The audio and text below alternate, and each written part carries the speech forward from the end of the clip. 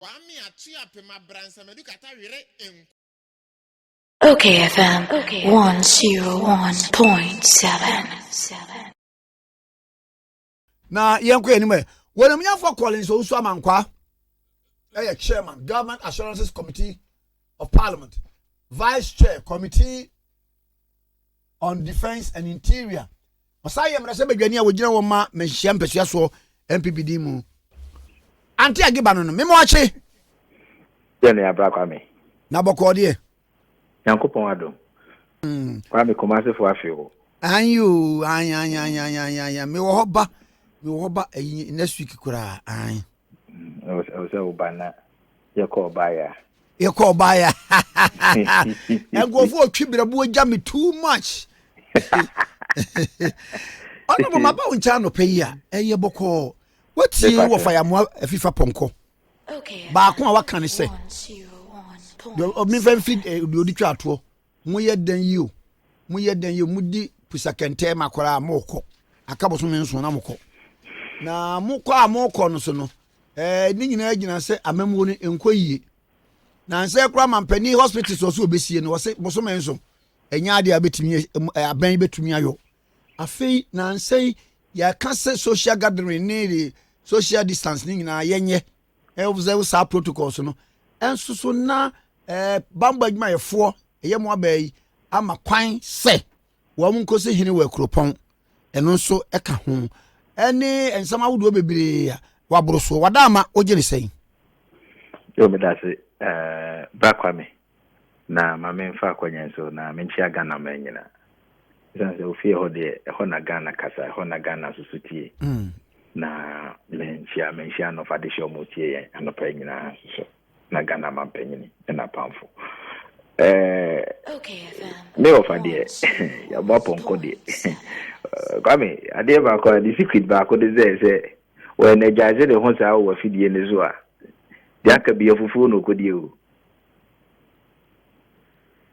man fi no ya appetite o wi aduane na odi se mo ofade minim no editi na ya no comes ano because as in nifi ono na come o beki assumption no a conclude o se share nsem na no ankaza as a conclusive remarks na messe of ayamu aponko ni NDC for se omuntu omubo o se amayosem de ya amayofoi amayosem bene na bibia ye biemu na mom se de me ofasi so dia se ono de on the politics in war, no. Too much of everything is bad. It's as in the wake of COVID-19, we are seeing na shin. Kuta mind na. Ama obie rekonbefa so betimi a containing COVID-19 deadly outbreak. Inti se kobase ye opposition party bi wo manyimu na omo de sebi wo mo edidia politics. Womu koda politics womu koja womu na ya politics dia na eno no kame ayese asem ne da ho a enye asem ne no mo hwe na emum amayosem no ye wonda to extent say ama omo agya ye fe no analytical mind ne ho eno omo di bibia ye amayosem if not enka anamo aga na mampanyini atu nhihye papa aban di agu akwam o share directives ahodo including legislation a restriction of imposition act 2020 ni nyina no ye hwekwa be fa so a ye be combat COVID-19 etino all protocols duly observed ye nyina ye nim se enhihye no awo se ye boa ban ye boa Ghana mampanyini na ye di so send ye be ya penforce bakofo nkyere danfo na ye nyina no ye betimi atu saa yare kodie wo yi so sa na ekokoba se ye nuanum opposition for titu NDC anamo omutu no enye fe enye Ghana fododo na fe obia sebi wodwene wo man yi hunu se omo ye mamboyefo a omo anamo no omutu no eye anamo a ebetimi di wo we ne kese aba ama ye nyina as a country na mese energy omu use e criticize aban efa ekwan afa so ayesi yare boni anokwan omu fa sa energy ni sa enkyerɛkyerɛ eye basa omu kototo ye no na dwirumudie kese beka adasa the biggest corrupt scandal efa sebi dwirumudie keta se hye ne proye omu fa sa energy na hoden no omampanyini mahama na edikan omu fa sa energy na omu de cheche ne ememu kire Ghana fo no omu fa sa energy ni cheche sa krono kese a omu bo wo man yi no omu cheche na me expect say nka me wo fa nka no pa wo ba ye no na energy no wa channel bi to explain a ugly bad scandal a hit Ghana man nanso so no wanka ho asem isan se edu babia na ya jatum se de odwan pe no din fufu ebo nti woto asem no ma na ono de ne de na wo ka message kwame aben atu anamo to extend say ye wo mrahye bidwom Ghana ban ye True Finance Committee Emma omo de request to ye mrahye bidwano anemu aban etwa sikadoso pro ana se wo de ma fa kran ko taxes income tax nanka ye nuanom ye health workers frontliners yi omo betua amounting to 288,644,003 Ghana cedis ni nyina personal emoluments of health workers bosome April, May, June no nyina no bosome me ensan no de die ni mu nyina de nka eto a mo betuatua ni nyina no aban so absorb ni nyina se sika ni nyina na ensan koma wo mo ni nyina no motivation ye gitum se de opepa any dew bi any gie sonko bi ababa be hye ye nuanom adokotafo ne nurse fo tichiwo a omu nyina eboa yen se ne ebe ya ye betimi ya combat za COVID-19 etina ka me expect se me ofa ya mo aponko ofre no na nko so kwame no kre wo mu ni se aban yi anamo a wotu no de ma me mo na baso wa ha na emum na hanom ka wo ye ni se ya kwame criticism there ought to be constructive anti sa de ne se ne obi a ma ne wo so ana wo kaseti a obi no enunti na wo no wo de kire se opposition party it is a alternative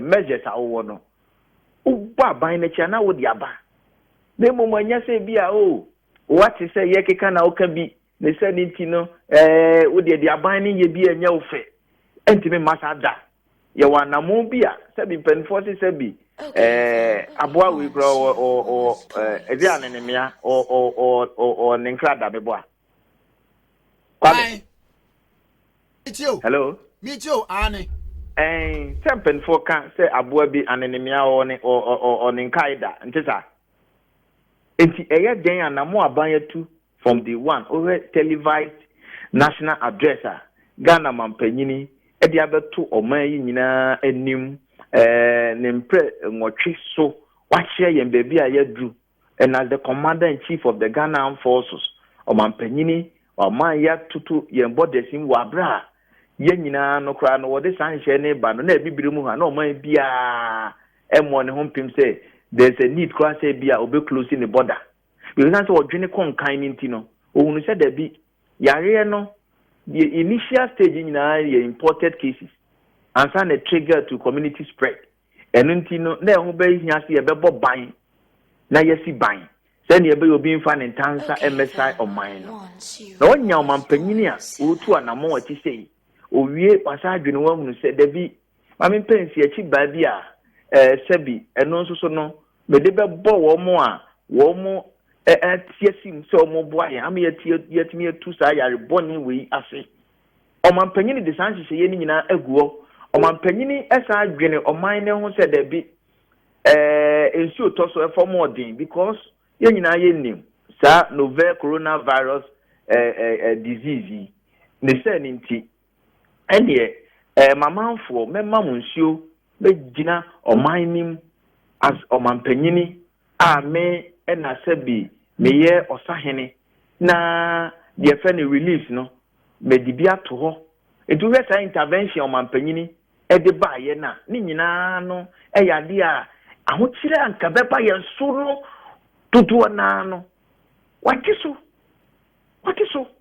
wohwɛ nkanea boɔ sɛ ɔha mu nkyikyɛmu 50% bɛhwan yɛgu enti ne mesrɛ mo mamanfoɔ mitigating measures ni nyinaa wɔyɛ nyinaa ne sɛ obetuma maximize the welfare of Ghanaian people na yenye ɔmanpanyin a ɔwɔ abadayɛ ɔmanpanyin a ɔwɔ pepa sɛ daa ne daa no obegyina mu amanamanfoɔ na kwame yɛmpɛwei na yɛpɛdeɛn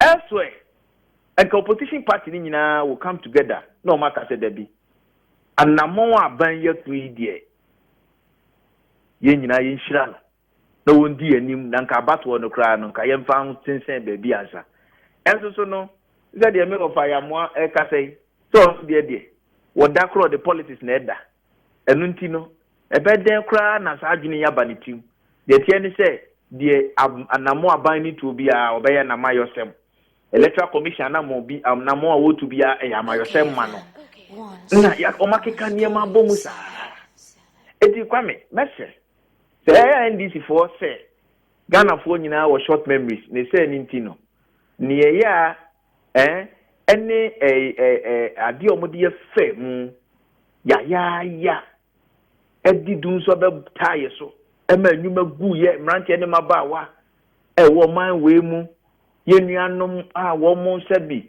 wɔn mo de nkanea di wɔn dwuma ọmọ akosto foi hairdressers kyese na eya ni nyina echi no aban baaye abeye nhyehyɛ papa ama ene ohe energy sector wa enye magina if nothing at all amene wo ka say umfidie gina so grind because wanyankane ade di uduma under NDC enkasa bere kwa me wafidie abɔ ne ni emprebese du ama gallonsi eno ane se fueyi muhwe gu mu a ni nyina na yeka enti yebesere say ya omo se o mampanyin da dase obi a short memories a some of us no kana for dodo na no e were retentive memories a yebekai wo mo enti omo do omo mpa ba bi krantena na nhyehyɛ papa Ghana mampanyini ode ye namu no ye nyina no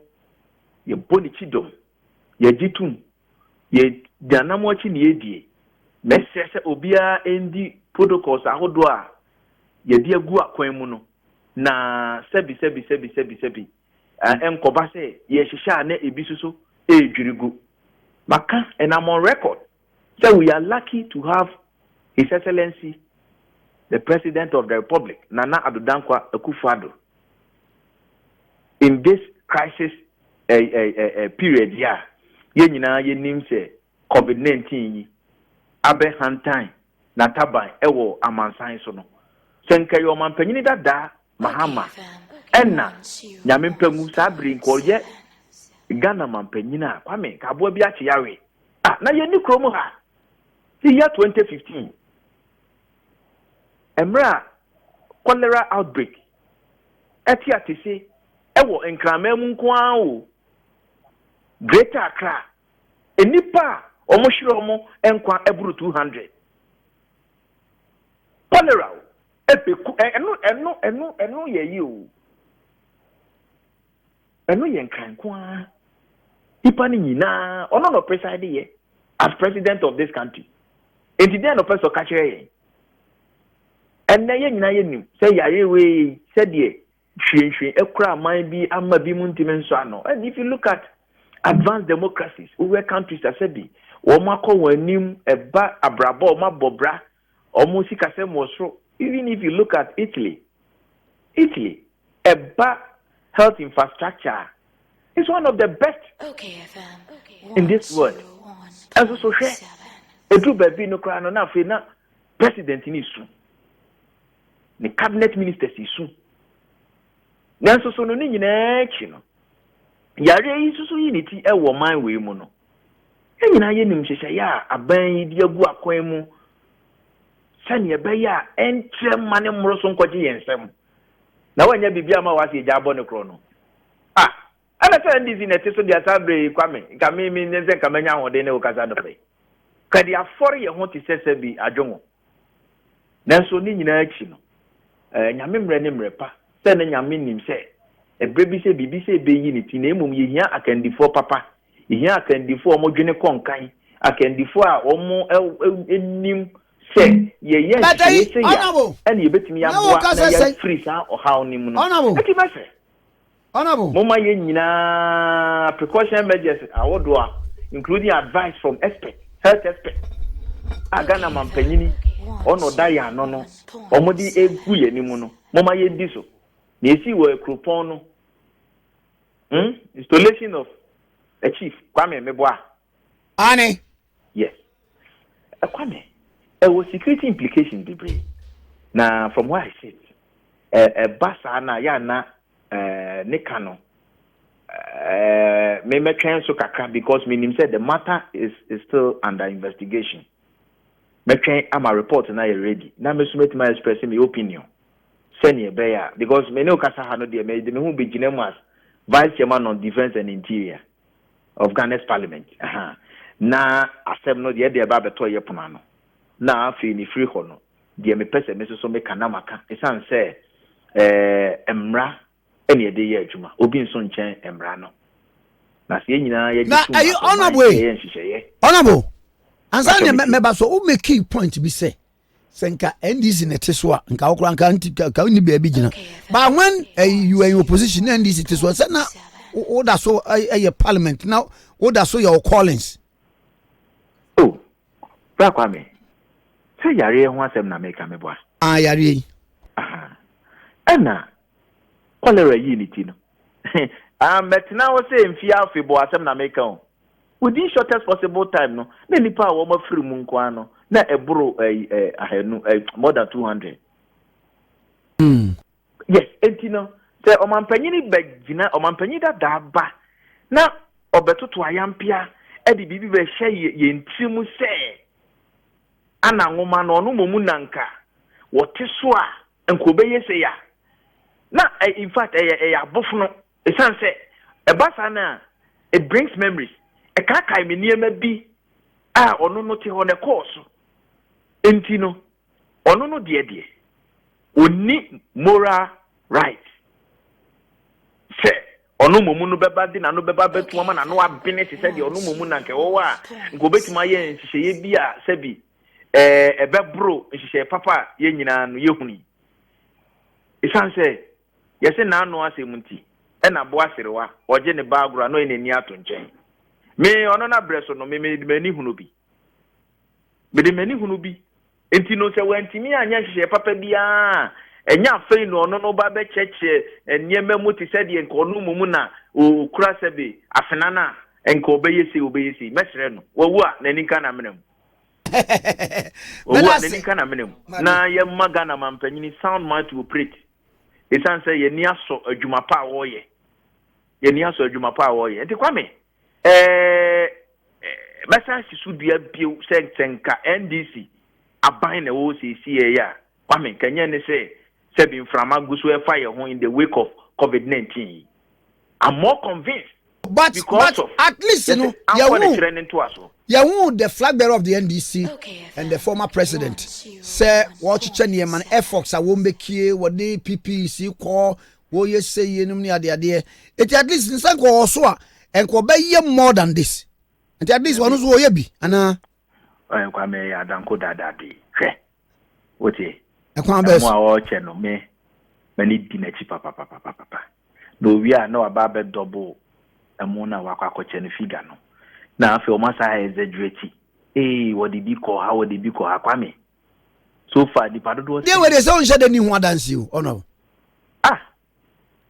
Dasem no ni ho adanse wontwa bi hu mfanya adanse okobo maame bi epunu mu maame no okobo ni punu mu no se nye ni ba bi a partial lockdown areas anewo aden na nta areas ndi na nya ho na na o cha de no oye campaign no head afa boss mi enu mi ensa bi a hye ne moto mu na odi wurewure mu ye campaign ba bi o wa ye twa picture no ne ade ne ho no daily cinema e dosso wani bebre pachote Edebu ona ye twa no daily sinimu a papers nimu ba e de ba. Ye ma edosu na wogina no metwa foto an. Obi abedi o man we so pen. We di vice president, wa be di president. Enfie wo kan nyina bo mfie mo twe. Kwame. Na mi anti age bakra hwede ma ye.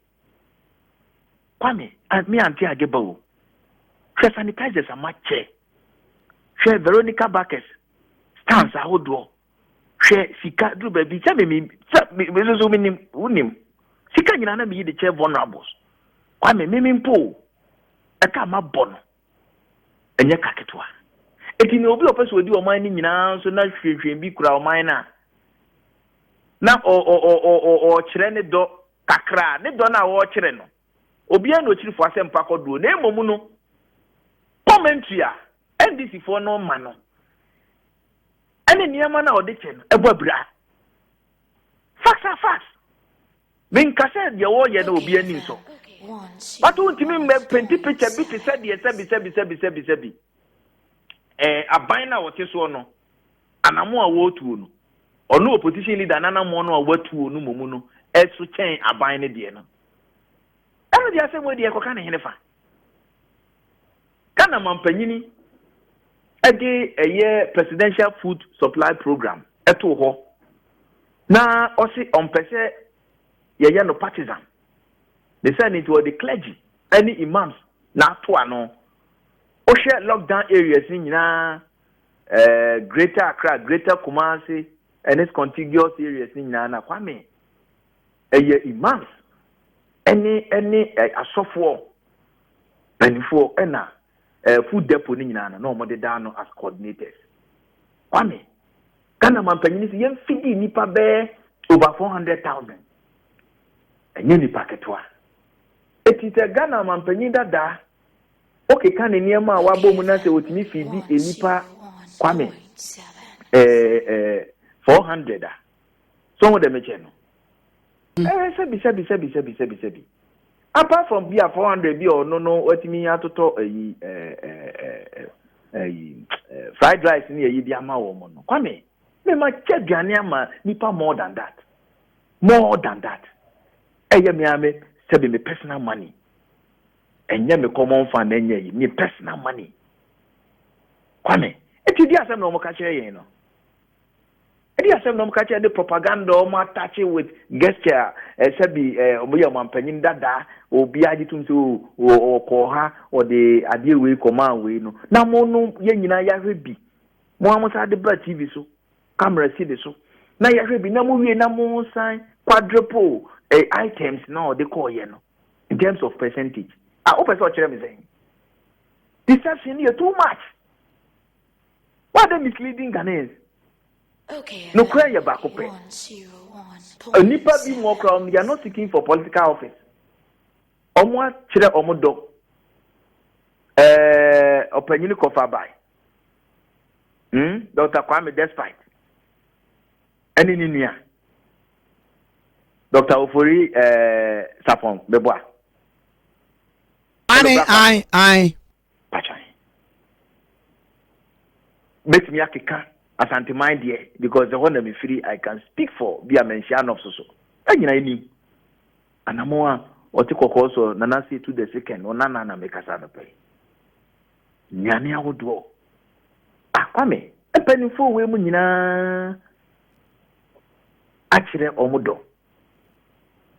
Na te se wa wo so no wa bedi o man super agi alawasa na wo be kire yen se watu anamo bi ntini yento nyom emfra wo dia na ho kakra no de etwetwe so kakra because enka ye wasa de se mpo no tefa wo nya free airbus ni nyina mu no kra no wo di bi to aduane man krofo di eti enti no and then I will pass a woman will be who knows or the move normal for me normal and it's time to sacrifice the Ghana man penny time to show love compassion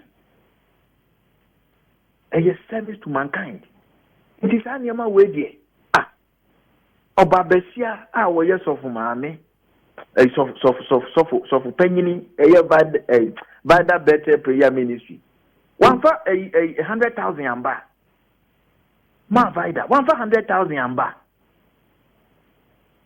say yam fan boa at least be constituency be 10 bia healthcare clinics in hospital near the adini no yam ma obia wo de ba bia mo fanto sanitizers obia 10,000 kwame na akira wo modo etino Ghana mampanyini dada atomu ne yanwa de akoma se bi nipakuo bi a memi de binim se wohwemu din a kese kedafo no ne NDC full soldiers na fun dia ba wadi niam bisu kwa che hospitals oze wadi niam bisu kwa che hospitals bibri say hospital na kwa che ye no institution bi e wo ma we mu bia nti obi ato aba ana anti no kwame me ya na me ni baby o mu che o moduane fa o ochima na o da ko ochima no so mo ya miensa o mo hedin fe we mu amaso timi nse kai akwa wo to chinye ya se bi ane ja ko gunenim o mu nya so ya nyum hospital eti ya ho de me pese me ko ho but the bottom line is me pese be sisu di akase achade na o de akwa abontene no any figures na mo de mayen no including amount na mo de toto ho no nyina no kwame nini mapa no koche no achwas no ebobra kefie nti mese moma yenkoyeni na emum no enhihye papa edi ato ho no yendi so wear your nose mask and our face mask observation of your social distancing no kwame kwa de ja sociology enya kwanya ko school even class social distancing I think I have problem with the word ideally no and physical distancing physical distancing social distancing bia omo share the general sense of the word say kwa we nyina we socialize it to be and then it was more appropriate to choose it than be a physical. Social distancing in itself no discriminatory. Social group be. So I say race. Na yam fan say kwame asonafo so de meche no. Na yesi asonafo de yam pesa ayoko for be ben yen. From sociological perspective. So on the meche. But physical distancing there. Eno there. Wuni na minigina ha. And spatial distancing is also correct word. To but when they mean go, I mean, controversy and no. You do baby and Namwa Kramasaka said, are we being malapropic? Misuse of certain words unintentionally. That is malapropism. Yes, I know the word. Now, yeah, minimum say, preppy, no, yeah, say, oh, expert Akasa, World Health Organization, it declare coronavirus as a global pandemic. Kwame said, na, Obian and Timmy, made the sky bonus, near share Onkoya normal day, social distancing, everybody, technology, so, Omo Akasa, no, it is seen, say, authority na kasa dia any ye faho but academically no I'm of the opinion say and preferably no who use physical distancing na no ye more appropriate or spatial distancing than social distancing. Others are no pay bra nam ko yegma bimra pacho yo smedamase mesmeda say honorable Collins so amankwa Chairman, Government Assurances Committee of Parliament, Vice Chair Committee of Defence and Interior ɛne ɛne ɔna atwetwe nkɔmɔ na K101.7 so ni OKFM 101.7